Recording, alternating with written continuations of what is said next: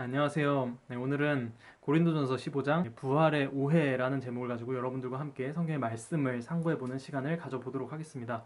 여러분, 기독교가 다른 여타 종교들과 명백하게 구분되는 점 한 가지가 무엇일까요? 네, 기독교는 명확하게 이 부활이라는 것을 믿고 있다는 것입니다. 자, 그런데 부활, 여러분들 어떻게 느껴지시나요? 굉장히 막연하게 느껴지시죠? 자, 2000년 전에 이 초대교회 당시에 헬라 문명권에 있던 사람들에게도 이 부활이라는 것이 굉장히 어렵고 생소한 개념이었기 때문에 사도 바울이 그것을 전하는 데에 굉장히 여러 가지 난항을 겪었다고 합니다. 자, 그런데 오늘날 여러분들도 이 부활에 대해서 기독교를 믿고 있다고 하는 저와 여러분들에게도 굉장히 좀 멀리 있는 것 같은 그런 개념이란 말이에요. 우리가 부활을 위해서 우리가 어떤 노력을 할 수가 있을까요?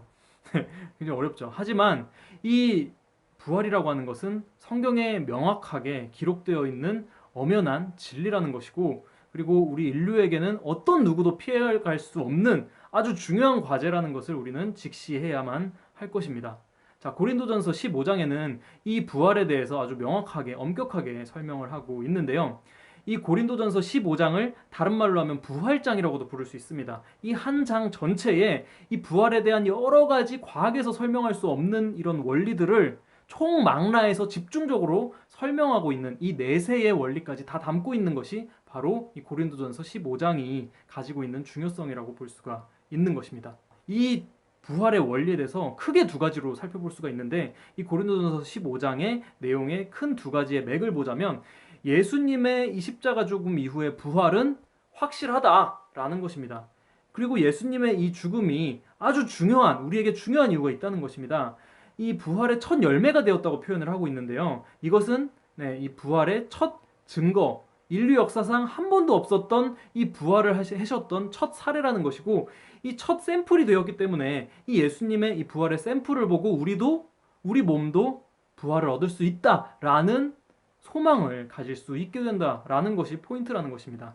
이 두 가지가 굉장히 중요한 개념이라는 거예요. 그렇기 때문에 예수님과 같은 삶을, 그런 같은 모습을 끊임없이 추구해 나가다 보면 우리 또한 부활을 얻을 수 있다는 이 소망이 저절로 우리에게 들어오게 되는 것이, 그것이 바로 이 부활신앙의 원리라는 것입니다.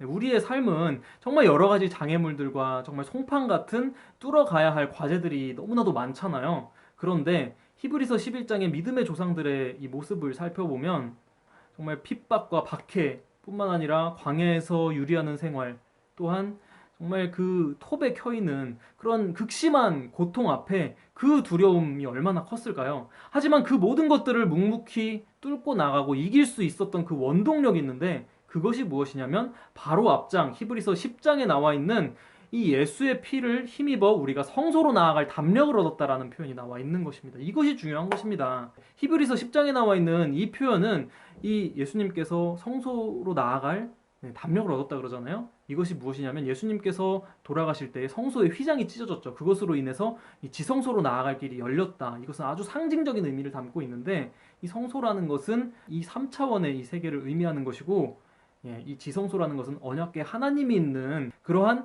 3차원의 세계에서 4차원으로 나아갈 수 있는, 이 죽음의 문턱을 뚫고 나아갈 수 있는 그 길이 비로소 열린 것이 바로 예수님의 이 죽음과 부활 사건에 가지고 있는 참 의미라는 것을 이렇게 보여주고 있다는 것이 우리에게는 엄청난 희망이 될 수 있다는 것입니다. 자, 이러한 의미를 우리가 마음속에 명확하게 품고 살아갈 수 있을 때에 죽음까지도 극복하는 힘이 있다는 거예요. 그러니까 기본 기독교 교리의 이 기본 전제가 무엇이냐면, 이 예수님을 믿고 예수님의 부활을 믿는 신앙인이라고 한다면 절대 3차원 세계의 이 현실에 지는 인생이 되어서는 안 된다라는 것이 이 예수님의 부활이 담고 있는 이 숨은 의미라는 것을 우리가 깊이 인식하고 살아가야만 하겠습니다. 자, 고린도전서 15장 35절 이하에 보시면은 사도 바울이 이런 설명을 하고 있는 거예요. 또 어떤 사람이 와서 너에게 물어볼 수 있는 상황을 가정을 해서 누가 너에게 이 부활이 어떤 몸에서 어떻게 진행되는지를 너에게 묻건을 이렇게 대답하라 라고 그 답변을 제시하는 것인데, 어리석은 자여 라고 표현을 하는 것입니다. 자, 여기서 어리석은 자가 무엇일까요? 야, 이 바보야, 이런 것입니다. 자, 그러니까 너 그것도 모르냐? 아무것도 모르는, 난 놓고 기억자도 모르는 사람한테 답답하다는 것을 표현하는 것이죠. 너 과학 시간에 뭐 했냐? 너 졸았어? 이 자연 만물 삼라만상의 이 이치 속에 부활의 원리가 담겨 있는데도 과학 시간에 너 뭐 하고 너 이것도 모르냐라는 것을 설명하고 있다는 것입니다. 그러니까 부활의 원리가 쉽다는 거예요, 어렵다는 거예요? 그냥 우리가 냉정하게 생각해보면 그렇게 어려운 게 아닌데 이 부활이라는 단어의 자체에 우리가 막연한 두려움을 가지고 어렵게만 생각을 하고 있다는 것입니다. 첫 번째는 무엇이냐면 너희가 뿌리는 씨가 죽지 아니하면 그것이 살지 못하겠고 라고 표현을 하는 거예요. 그러니까 우리가 뿌리는 씨가 죽어야 된다는 거예요. 근데 여기서 우리가 제목이 부활의 오해잖아요. 우리가 가지고 있는 부활신앙의 오해가 바로 이것입니다.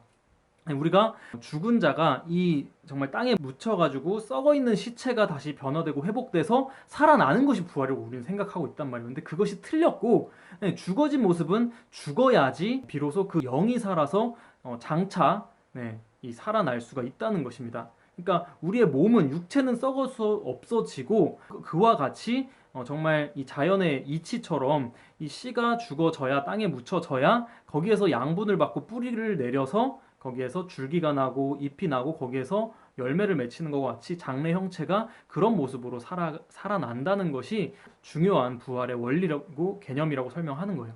끝이에요. 이게 바로 부활의 원리 대전제입니다.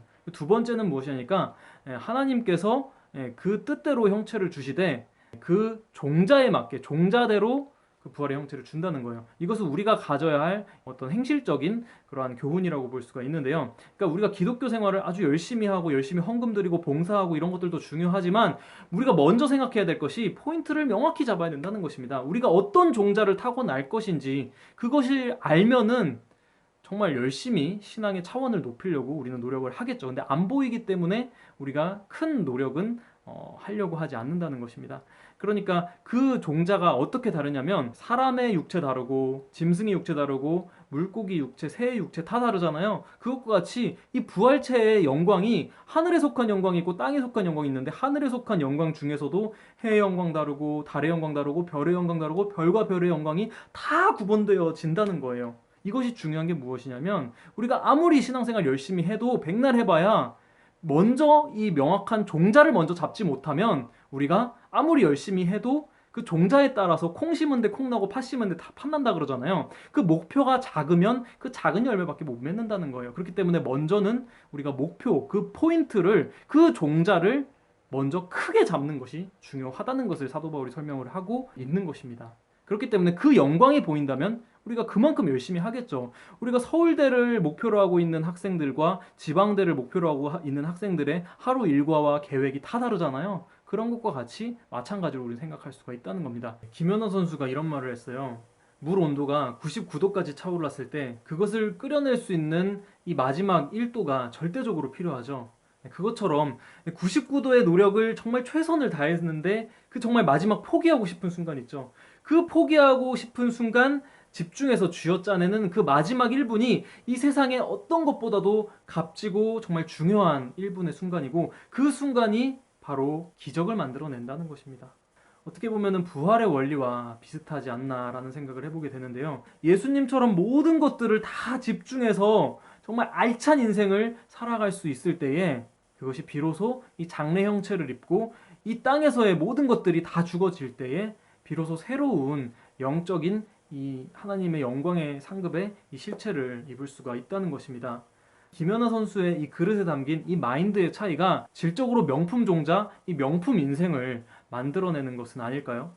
이러한 의미를 깊이 묵상하면서 우리의 종자를 어떻게 심을지부터 우리가 깊이 생각하고 이 종자 개량을 힘써야 하겠습니다. 그런데 그보다 훨씬 더 높은 가치를 꿈꾸면서 추구하면서 살아갔던 성경 속의 이 위인들의 삶은 어땠나요? 그들이 살아생전에 어떠한 찬사도 어떠한 영광도 누리지 못한 채 정말 이름도 빛도 없이 열심히 고생만 하다가 살아갔던 인생이 얼마나 많습니까?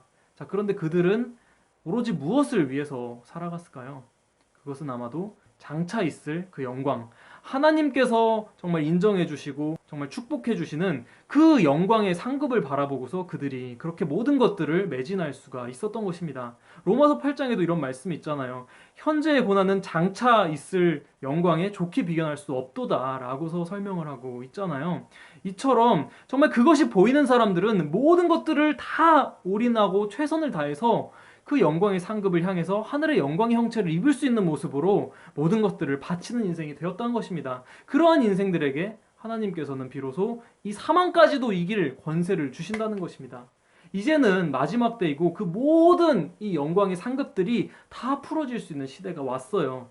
이제 우리가 현실에 져서는 안 되겠습니다. 예수님의 능력과 예수님의 말씀을 힘입어서 덤벼라 세상아, 이런 마음으로 정말로 어떠한 시련과 이 고난이 와도 다 뚫고 이기면서 정말 마지막에 예수님께서 이 땅에 오셨을 때 정말 하나님의 이 영광의 상급으로 정말 인정받을 수 있는 저와 여러분들이 되었으면 좋겠습니다. 감사합니다.